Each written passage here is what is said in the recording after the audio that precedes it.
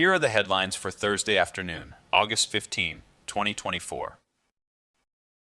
I'm not leaving. Kim.com defiant after New Zealand approves extradition for trial in United States. Kim.com, the internet mogul behind the defunct file-sharing website Megaupload, says he will not leave New Zealand after Justice Minister Paul Goldsmith announced that he would be extradited to the United States to face charges related to his website.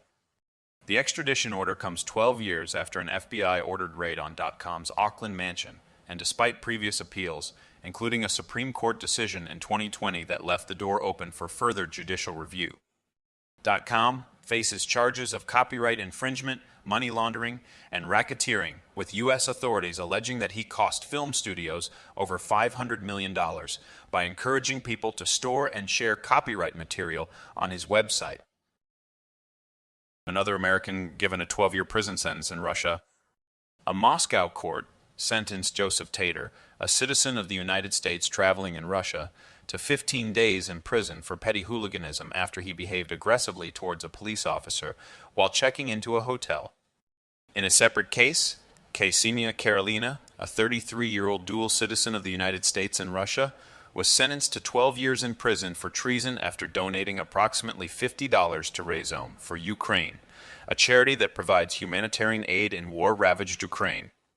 Karelina's lawyer stated that she believed the funds would help victims on both sides and plans to appeal the sentence, which has sparked frustration from her family who expected her to be included in a recent prisoner swap deal between Moscow and Washington. New official Nord Stream sabotage narrative says Zelensky's top general went rogue. A Wall Street Journal report claims that Ukrainian President Volodymyr Zelensky initially approved the sabotage of the Nord Stream pipeline, but later tried to halt it after the Central Intelligence Agency learned of the plan. The operation was allegedly carried out by a rogue general, Valery Zaluzhnyi, who rented a sailing yacht and used explosives to blow up the pipeline. The report cites one Ukrainian officer involved in the plot as saying that the idea was born out of a night of heavy drinking and the determination of a handful of people willing to risk their lives for their country. However, many readers remain skeptical of this account, and questions still surround who was responsible for the sabotage, with some attributing it to the Central Intelligence Agency or a joint operation between Ukraine and Poland. Western battle tanks are invading Russia. Sky News. Western battle tanks have crossed into Russian territory for the first time since World War II, with Ukrainian troops using British Challenger 2 tanks in the ongoing cross-border offensive in Russia's Kursk region. The United Kingdom has confirmed that Ukraine is free to use British weapons on Russian territory, including the Challenger 2 tanks. This move marks a significant escalation of the war and suggests that French, German, or American tanks might also cross the border into Russia. The White House and Western allies have expressed support for the Kursk operation, while the Biden administration claims it did not have foreknowledge of the invasion. Subway calls emergency meeting with franchisees as fast food value wars potentially claim first casualty.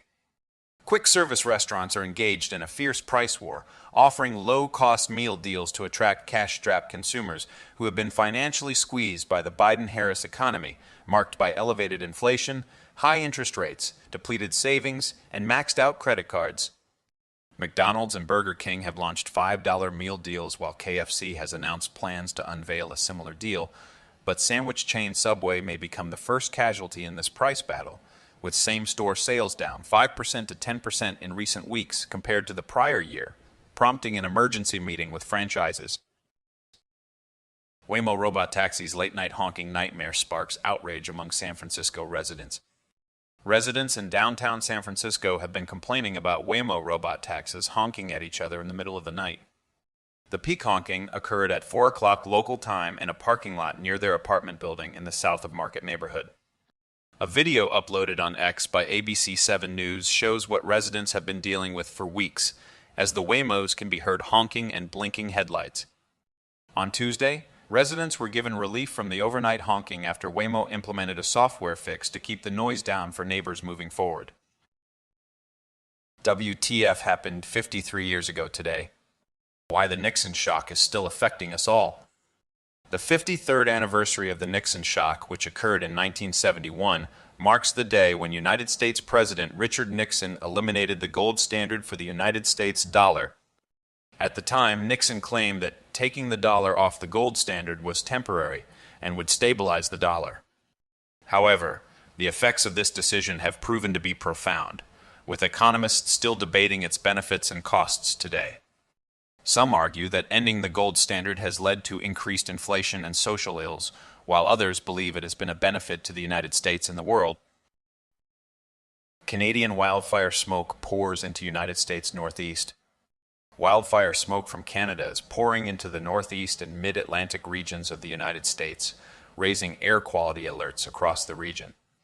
The thickest smoke is aloft and to the north, but the current weather pattern may allow more into the area over the next few days, causing hazy skies and a moderate air quality index in parts of the area. While some have blamed human-made climate change for the wildfires, others argue that bad forest policy is the primary cause. New grading for equity system in some California schools gets mixed reviews. The Dublin Unified School District in California discontinued its equity grading program, which aimed to close the achievement gap by eliminating grades lower than a C-, due to concerns from parents that students were passing classes without developing necessary skill. The 4-year college placement rate decreased while the 2-year college placement rate increased, with more students attending community colleges rather than University of California and California State University School. The school district is also ending its relationship with consultant firm Crescendo Group led by consultant Joe Feldman, which assisted in developing the grading system. Cambridge to fully fund Palestinian scholars, students in deal to end occupation. The University of Cambridge has agreed to several concessions to convince pro-Palestinian demonstrators to end their 3-month-old encampment at King's Parade, including fully funding Palestinian scholars and students. The university will provide undergraduate and postgraduate scholarships, residential placements for visiting doctoral students and academics, clinical placements for medical students, and grants for researchers from Palestinian region. Additionally, the University of Cambridge has committed to becoming a University of Sanctuary and will submit its application next month.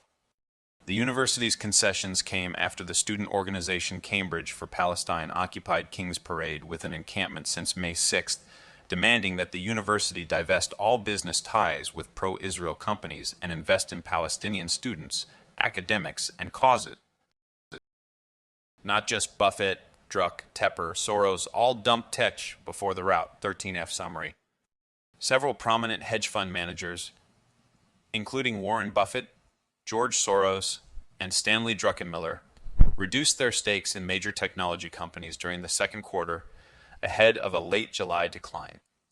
Specifically, Buffett slashed his stake in Apple by more than half, while Soros Fund Management sold $58 million worth of Alphabet shares and approximately $15 million worth of Amazon. Dotcom shares according to regulatory filings for the 3 months ended in June. Homebuilder sentiment slumps to 2024 low, homebuyer sentiment at record low. The National Association of Home Builders Sentiment Index declined in August to 39, below expectations and near CEO VID lockdown lows. Despite downbeat views on present conditions, builders remain optimistic about the outlook, possibly due to expectations that mortgage rates will fall. The gauge of sales expectations for the next 6 months rose 1 point to 49, while measures of prospective buyer traffic and present sales fell to new low points.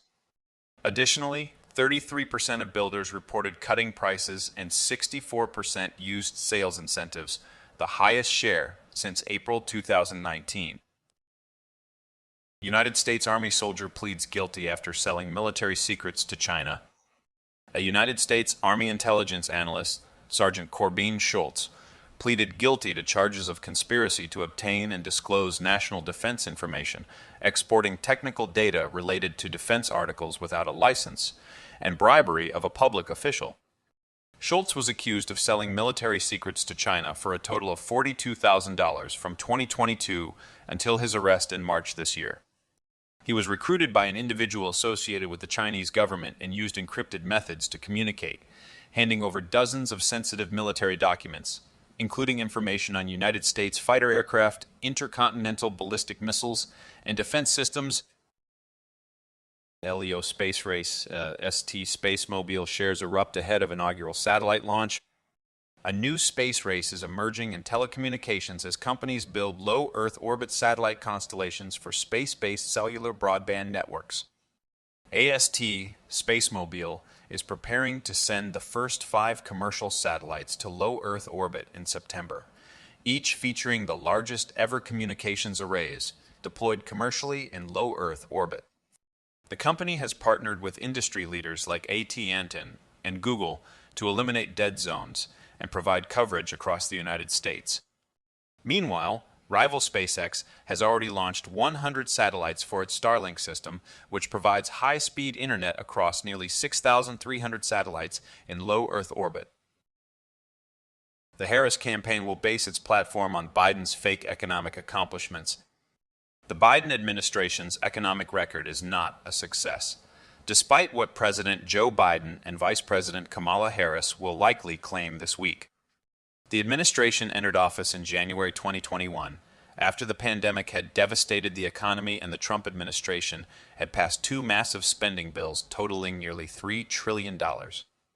Biden and Harris continued to expand on these measures, passing additional large-scale spending laws, including the $1.9 trillion American Rescue Plan Act. However, this flood of new cash has only delayed and exacerbated the inevitable economic pain caused by government lockdowns and artificially low interest rates set by the Federal Reserve. Inflation has ravaged the American public, and a recession or market correction is now unavoidable due to unsustainable lines of production created by these policies.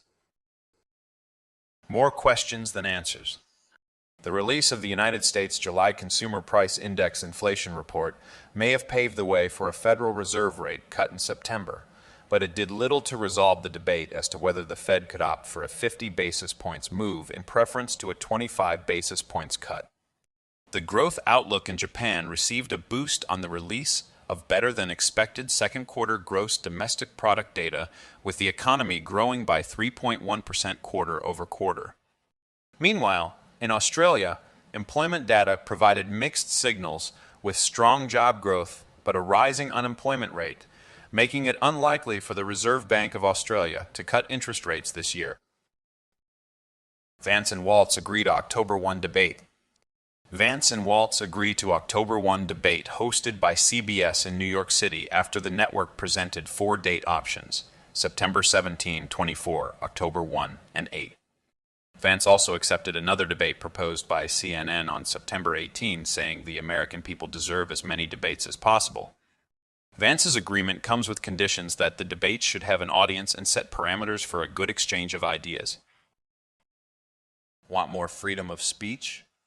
Try less government? The United States government is engaged in a massive censorship system, run in part with federal funding and coordination with federal officials, which has been described as Orwellian. The Biden administration has prioritized speech regulation, targeting disinformation, misinformation, or malinformation, and President Joe Biden has accused companies that refuse to censor citizens of killing people. To address this issue, a proposed federal law would ban any federal funding of offices or programs that rate, target, censor, throttle, or seek to take adverse action against individuals or groups based on their viewpoints in public forums or social media. Sell low, buy high agony.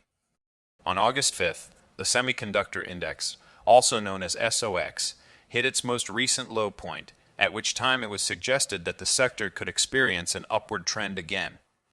The sector has since moved sharply higher, but its relative strength index is not yet indicating overbought conditions. However, for those who took advantage of the bounce, it may be wise to lock in some profits and shift into call spreads, particularly given the recent volatility reset.